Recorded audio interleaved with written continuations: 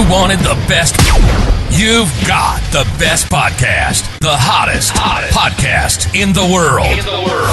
The Chris Voss Show, the preeminent podcast with guests so smart you may experience serious brain bleed. The CEOs, authors, thought leaders, visionaries, and motivators. Get ready. Strap yourself in. Keep your hands, arms, and legs inside the vehicle at all times, because you're about to go on a monster education roller coaster with your brain. Now, here's your host, Chris Voss. Hi, folks. It's Voss here from thechrisvossshow.com. Welcome to the big show, my family and friends. We certainly appreciate you guys coming on and being here and part of the show. As always, the Chris Voss Show is the family that loves you but doesn't judge you, at least not as harshly as some of your family members. That's why we make the best family, is because we're kind of non-judgy that way, eh? We love everybody and anyone, as long as they're not purveyors of hate and destruction and evil. We love you. So don't be that guy. That one in the back. The dude in the back there, we may have to have security escort out, but the rest of you are certainly welcome to stay.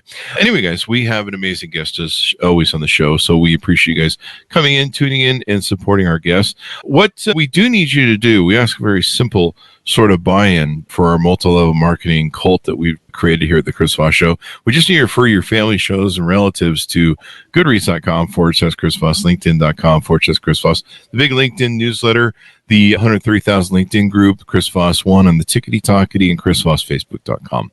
That's all. I mean, wasn't that painless? That was like easy, right? Yeah, sure. Just do it. Do it now. Anyway, guys, we have an amazing young lady on the show. We're going to be talking about her work and everything that she's done.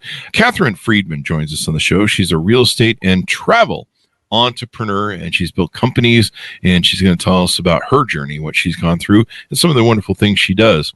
Katherine, or short for Kat, worked for Marriott Hotels for nearly 10 years and left in 2019 to become a realtor in New York City, along with starting a travel business.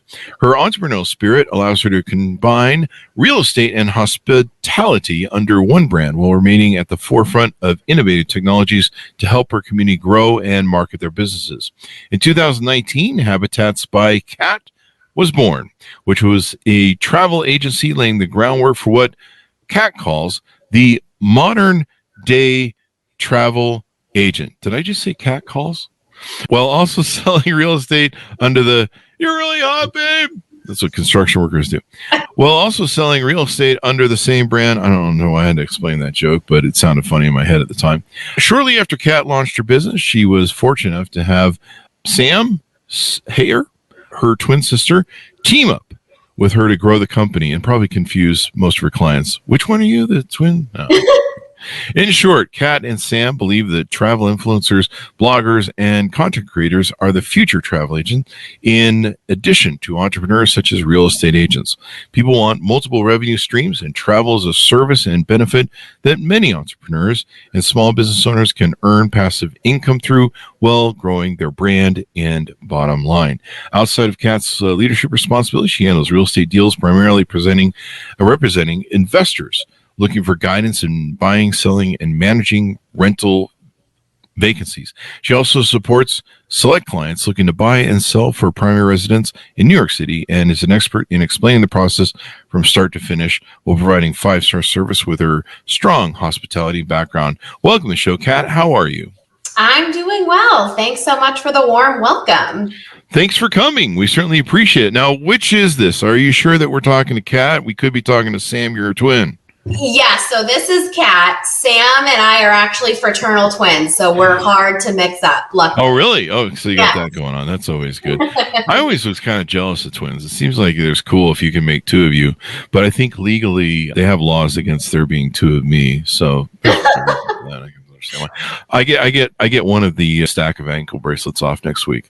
Anyway, so welcome to the show. Give us your .com so people can find you on the interwebs. Yeah, so my website is habitatsbykat.co. My Instagram is kat.m.friedman. Mm-hmm. And my travel agency side is just Habitats by Kat on any social handle. There you go. You're multifaceted. You're doing a number of things. We'll get into how you juggle that and keep your sanity. I mean, I'm assuming you have your sanity. You seem very sane at this point. But that's the wonderful nature of being an entrepreneur is, well, you're just usually insane after a while. I feel that being one. So tell us about your travel site. Give us, in your words, 30,000 overview, what you do and how you do it.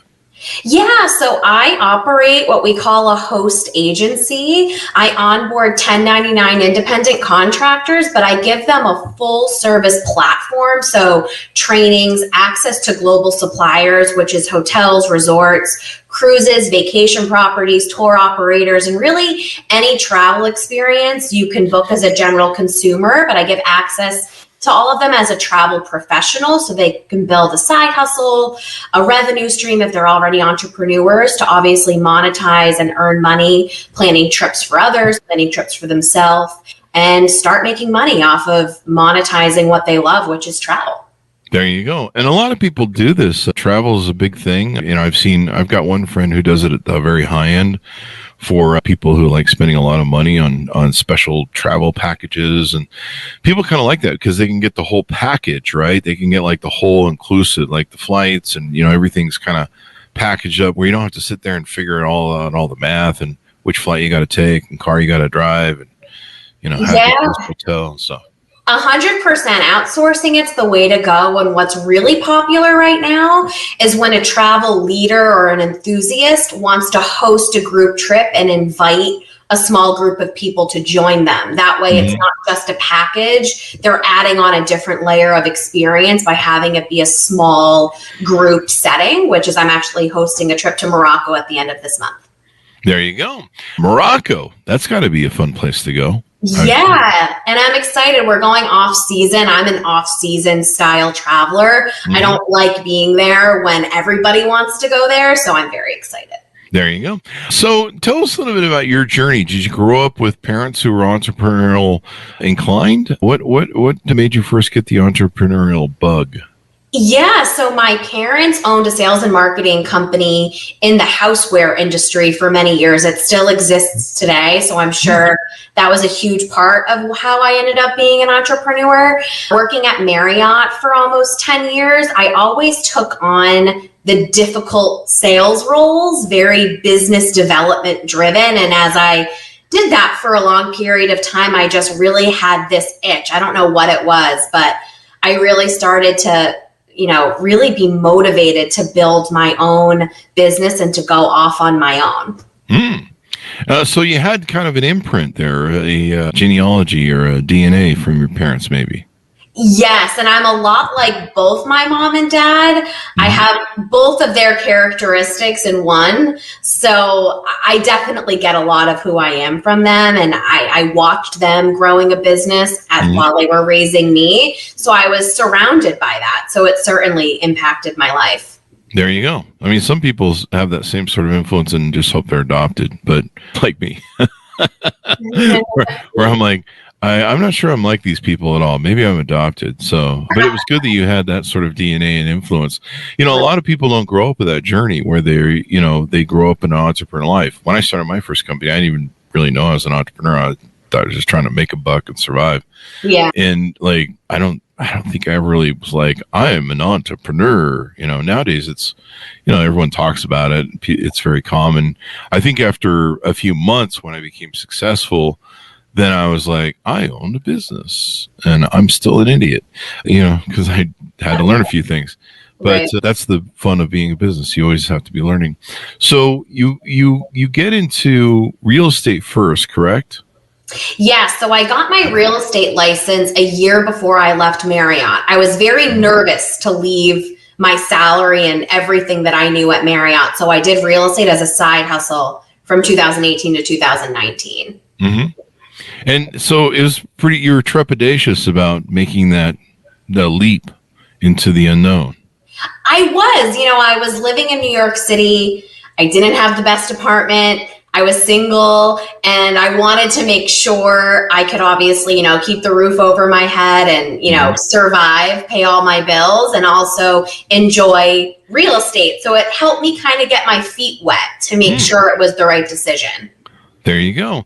And you stepped into it. And of course, real estate can be a good business or a bad business, depending upon the cyclical nature of times and recessions and things like that. Did you struggle, or did you get in a good time? How'd that work out as you went through it? Great question. So I started my travel business and got into real estate full time summer of 2019. And then, 6 to 8 months later, I was quarantined in New York City because of COVID-19. And unlike other markets that you heard of in real estate, New York City didn't have this massive upswing in activity or home value. So it was a challenging time, to say the least. Yeah. I mean, that's definitely. How did you survive mentally through that? How did you square it in your brain and get through those times? Because, starting a business in these sort of arenas is challenging enough as it is. Yeah. My first 8 months in as a business owner, I did luckily really well. So I was able to have a little nest egg in terms of savings coming into 2020. But then as the year just got worse and worse with the quarantines and just the pandemic just being absolutely a nightmare for the world, let alone New York City, I really just stayed focused on building relationships, meeting new people in my business, and trying to find partnerships and exposing myself to new things in a virtual landscape. That's really what I tried to stay focused on. So would you say that COVID kind of forced you to move to online more than ever? Yes. And it also forced me to learn about leisure travel sales. It also forced me to really rethink my real estate business and what brokerage I was going to be with, because just everything changed, and a lot of what I was doing was very much in person, where you're right. I had to really shift my activities to be totally online. Yeah.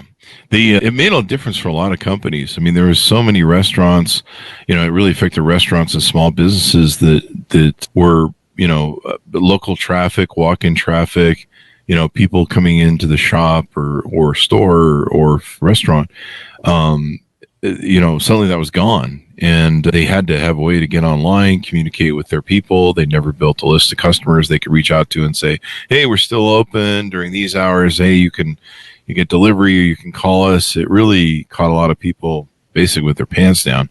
And so, there's a giant scramble to get online.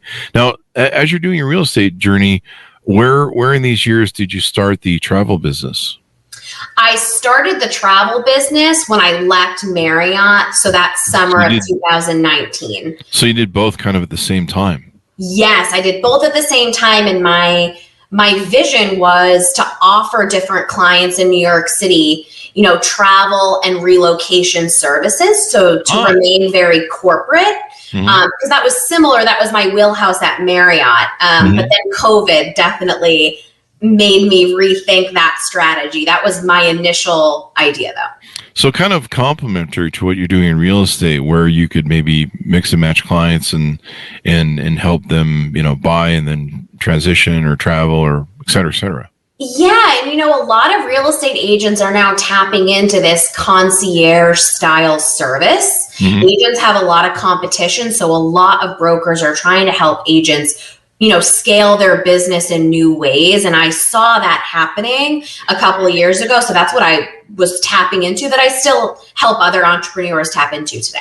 There you go. And of course, with your business model for travel, you can help bloggers, enthusiasts, and consultants make money on the side. So you're helping not only yourself being an entrepreneur, but you're helping build other entrepreneurs, and you're able to, make money and revenue stream off of helping others.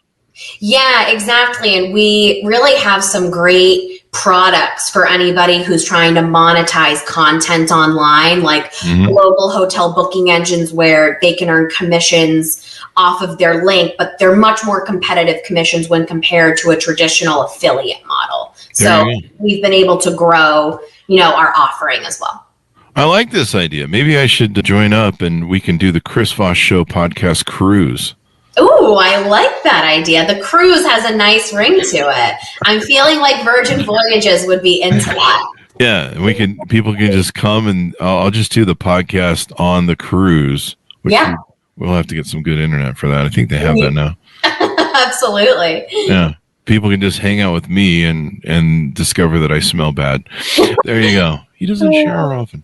So, but this is great. I like how, so biting off two big chunks of apple at the same time and launching, dual sort of businesses. What was that like, and how did you navigate that when you're stacking two really big challenges of going from, getting a good wage. Was part of your gamble that maybe one of these things will work if both don't work out? Yeah. So in my head, I was like, well, if I don't make a lot of money in real estate, at least I'll have my travel license. And that's an industry that I know. Like I knew hotels for years. So it was kind of like my safety net when I first started. There you go. And then, so you built up the business. Had you brought your sister in at that time? I somehow convinced my sister to join me towards the end of 2020 to help me grow the business because she saw me doing all of these different things and we're opposites in a lot of ways. And she was like, well, wait, I can do everything you don't like doing. So, yeah. That's really smart. People have heard me talk about that on my show. The reason one of my successful business partnerships was not only because it was a close friend that I could trust beyond a shadow of a doubt, at least for the first 13 years till Yoko Ono shut up.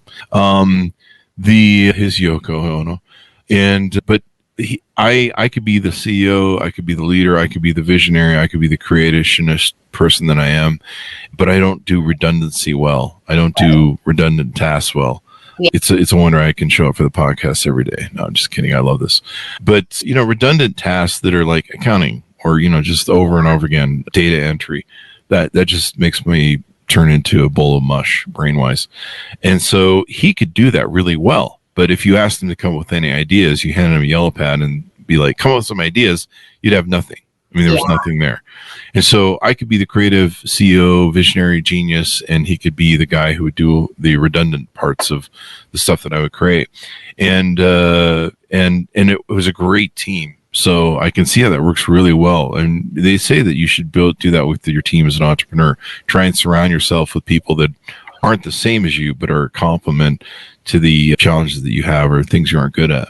Yeah, I can relate to that because my sister's very operational. Mm-hmm. And so if it wasn't for her, a lot of my ideas or actions I want to put into place would never run the way they do now because I have her as she's like my gut check to make sure that this is actually realistic for us to be moving forward with whatever idea or project we're working on. Yeah. I am great at building model. I think most CEOs are great at building models, visions, and ideas.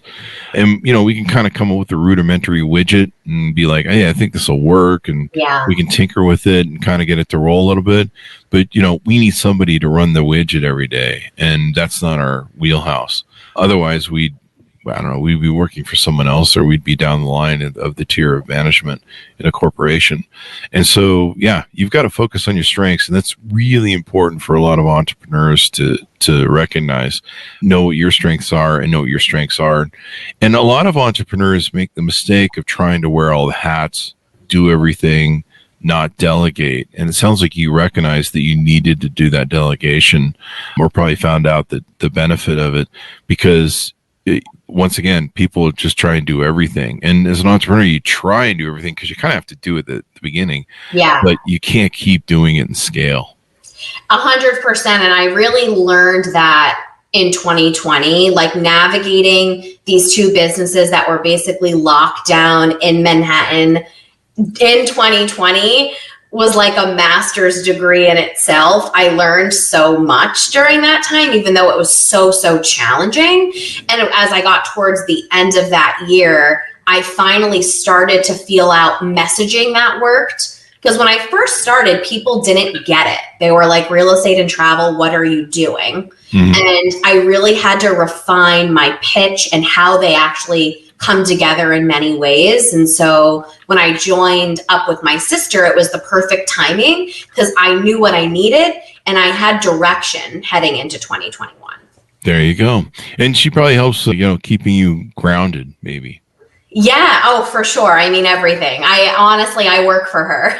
She's 20 minutes older than me. So she's the boss 100%. There you go. I feel that because, sometimes I can get a little too visionary and, out there and, I'm starting a cult and talking about aliens, and my business partner has to go, hey, calm down. Get back down to earth and reality. And you're like, okay, you're just barking orders off the ship, and people are going, yeah, he's fully freaking lost it. Yeah. So there you go. But I mean, these are important in all these aspects and keeping you grounded, sane, and not getting too far out there. I mean, I think I can't think of any off the top of my head, but sometimes there's a point where you can just vision too far, and then it becomes weird, and you get off track. And I mean, companies do that. They'll vision too far, and they'll lose their momentum. They'll innovate something that doesn't really need to be innovated or no one cares about. Like you'll see that in the output where people just can't figure this stuff out, and they fumble the ball, and suddenly they're a leader. Here's one that I can think of: BlackBerry and Nokia with their phone services. At one point they were both market leaders in phone services, and they thought they had all the things and they were doing all the right innovations, and they weren't doing the innovations that Steve Jobs did when he brought the iPhone to market. Yeah. And I mean, you can even watch old video of I forget who the post CEO after Bill Gates was, because I don't care. He pretty much was a failure. But he was mocking the iPhone, going, "This is so over the top and so stupid. And this will never work out compared to our Windows phones." Yeah. Him and BlackBerry and Nokia, I think, both threw shade at Steve Jobs and what he's doing with the iPhone, and they just whiffed the opportunity completely. And so, yeah, there you go. And thereby, here we are. The landscape changed immensely. Yeah, and I think when you get, off the path that you're supposed to be on, it really ruins productivity. Like when I'm helping real estate agents, travel consultants, or, both, the key is staying really consistent with the daily activities you have to do. And people get off track when they don't have instant gratification, but the consistency and that hustle doing these certain things every single day that you have to do is really what gets you to the next level. But it's really hard for people to keep doing something when you don't see anything in return. And I think that's really what makes entrepreneurship confusing. Like, people who know how to do that get what they want in the long term, but someone who's just trying to be an entrepreneur, they don't understand because they haven't done those same activities for long enough to start seeing, things tip in their favor. Definitely. So now you do the real estate thing in New York. Do you only do real estate buying and selling in New York for clients? I do. So I'm only licensed in New York City. However, I'm involved with eXp Realty, which is a global brokerage. So I have referral partners across the country, even globally, where I can help, for example, investors looking for an Airbnb style investment. I love helping investors purchase short-term rental properties given my travel experience. So that access really has also helped me grow my real estate business. There you go. So people out there that might be hearing the podcast that are like, hey, I think I'd like to go into travel and maybe work with you in your services to, help people, get into the business and or I guess resell some of your packages. How do they onboard with you? How do they get involved with you? And what are some of the ways you help facilitate stuff for them? Yeah, so if you go to our website, habitatsbycat.co, you can schedule a consultation directly with me. We also have a virtual consultation playlist on our YouTube channel, which is great. I do all of the videos, and you can really get the lay of the land with what we offer. In terms of onboarding, when you sign up, you immediately get routed to our onboarding modules. So it's all video based, and you get everything that you need to really get started and start selling travel and understanding our platform and what trainings are available. There you go. That's important, so that you can do that as well. And so people on board, they get the deal, they can rock and roll, and off they go. This sounds pretty wild, man. And so do you find it's pretty turnkey for people? It doesn't require too much education, because you guys are kind of helping them cut that corner? Yeah, so we've come a long way. If you were asking me this in 2020, 2021, I would say not so turnkey. Yeah. As of probably a year ago, yes, we have everything automated and we have a very central platform. So everything is at your fingertips. It's divided into different travel styles so that you can tap into exactly what you need, and all of the instructions are very clear. Outside of that, I'm available for office hours on a weekly basis. We host monthly masterminds that I also host for travelpreneurs. And then we do have a networking hub where people ask questions. We monitor it on a daily basis, and we're dropping resources in there, on a weekly basis. So there's a lot of support outside of just the platform. Awesome sauce. I love this. You're giving back technically and helping communities and stuff. Now on the YouTube channel and your Instagram channel, are you talking about these things, educating people and basically doing the freemium model where you're sharing the information and then getting people to engage? Yeah, so on our Instagram, you'll see me doing a lot of selfie videos explaining what we're offering, any new trips, any new products that we're providing our members. If you check out our link in bio on YouTube or Instagram, you can actually check out our global hotel booking engine. You can even book a hotel stay yourself. But that link is an example of, we would provide you your own unique link, and you could then provide that to your network and earn commissions just from people booking through your link. And the discounts are amazing. You can see them for yourself. Now, if people onboard with you, can they just, I mean, I don't know if affiliate's the right word, but can they just use your links and just start marketing them and pushing them out? Yeah, absolutely. If that's why we really are creating or looking to create the modern day travel agent, truly is somebody who's promoting travel on Instagram, on TikTok. They don't necessarily want to plan out your whole itinerary to check out Disney, right? But they are promoting travel and they deserve the perks, which is earning commissions, getting travel perks for their own personal trips. And a lot of bloggers are disconnected with that side of the industry. So we're trying to bring that together. There you go. And once again, folks, we're bringing the cruise to Aruba, the Chris Voss Show podcast cruise. No, I'm just kidding. People are like, I don't want to spend time with Chris Voss. He smells. I'll plan that trip. No problem. There you go. So can people in working with you, if they can figure out how to put together trips and stuff, can they bring that into the environment and utilize that if they're good at it? Yeah, so a lot of our consultants kind of piece together their own packages or their own trips based on what their client wants. Like, we give them access to Viator for global tours. Then you can book a Marriott hotel. You can package whatever you want into the trip. It's just based on what they're looking for. There you go. So you can get involved in all of that.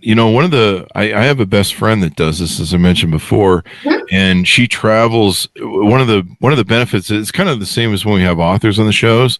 Yeah. I'll have some authors tell me, they'll be like, yeah, I wrote this book in Europe so that I could get the publisher to pay for the trip to Europe so I could do research. There you go. And I'm like, damn, why am I writing nonfiction? I should be writing fiction and be like, I think my character's got to go to Hong Kong this week and spend like a year there. So I may have to go research that for a few months. So let's get that paid for. Which is another reason we're having the Chris Voss Show cruise in Catalina. No, I'm just kidding. Right. It's a great callback joke. But my friend who's in the travel business, if she puts together a package, she goes and researches it. Make sure that the airline's right and the hotel's good and stuff. So it's kind of like a dual benefit there. Like.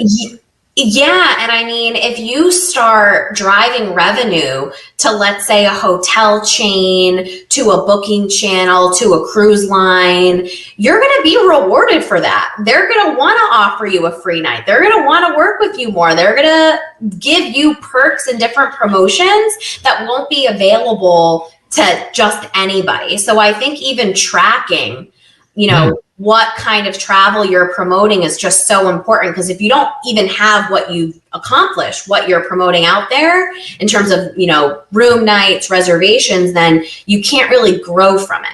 There you go. Hey guys, I'm putting my notice to quit. I'm going to go be doing travel because I don't get out with this job. Anyway. it. So give people your final thoughts as we go out. Tell them how they can onboard your pitch, ways they can handshake with you to find out more, et cetera, et cetera. Yeah, I think if you just go to our Instagram page, Habitats by Cat, K-A-T is cat, not C, or go to our website, habitatsbycat.co. Schedule a consultation with me. We'll hop on a quick 15, 20-minute call. I'll help you understand exactly what we provide. And onboarding is really seamless. This shouldn't be an overwhelming onboarding process. It's not a massive investment. It's a really great way to just add a revenue stream, start a side hustle, and just start earning extra money, but also really enjoy doing it. We have a lot of people that join that help friends and family travel, and they don't even know that they can be earning money doing that. So it's just a great community to join. If you're a new entrepreneur, if you've never sold travel before, we don't have any requirements like that. No sales goals. It's really open. There you go. And the beautiful part is you've already done you've done the lesson learning, the fails, the mistakes. You've learned that over the years and been able to put stuff into where it can be really what we like to call a turnkey business, I think. Yes, 100%. I mean, I tell everybody that's joined knows that I started this business during the global pandemic, and I feel like I learned so much in that 1 year, and now I'm grateful for it, but it really helped me create the platform that we have today. There you go. And this is important because, I mean, you can go into business, people, and it takes you 2 to 3 years to work out the kinks and the noises and the bangs and stuff, and sometimes, you don't succeed and you fail. I mean, that's what happens in 99% of businesses over the years is they fail. So the beautiful part about having a turnkey sort of thing that what Kat's doing for you entrepreneurs out there or wannabe entrepreneurs is you're getting a turnkey business where you can step into it. It has a successful business model. You're not having to recreate all that stuff. You're not having to make all the mistakes. It's just so much seamless. And I believe business models like this and studies and data show, franchising, et cetera, that these models work better successfully for people because they don't have to go through that gauntlet. Yeah, and we have a couple team leaders, we call them, but they're people that have joined and they're now seeing success and they're having so much fun doing it where they're now recruiting and building out their own teams under our umbrella. We let them customize all of their marketing content. So we don't put our branding on our members' branding. So they're really building out their own community within the platform that we've created. So exactly to your point. That is awesome. That is awesome sauce. Well, thank you, Kat, for coming on the show. We really appreciate you. Give us your .coms as we go out. Great. Habitatsbycat.co. There you go. Thanks, Monis, for tuning in. Go to goodreads.com/Chris Voss, LinkedIn.com/Chris Voss, YouTube.com/Chris Voss, the Chris Voss 1 on TikTokity, the LinkedIn newsletter, and the 130,000 LinkedIn group as well. Thanks for tuning in. Be good to each other. Stay safe. And we'll see you guys next time. Thank you.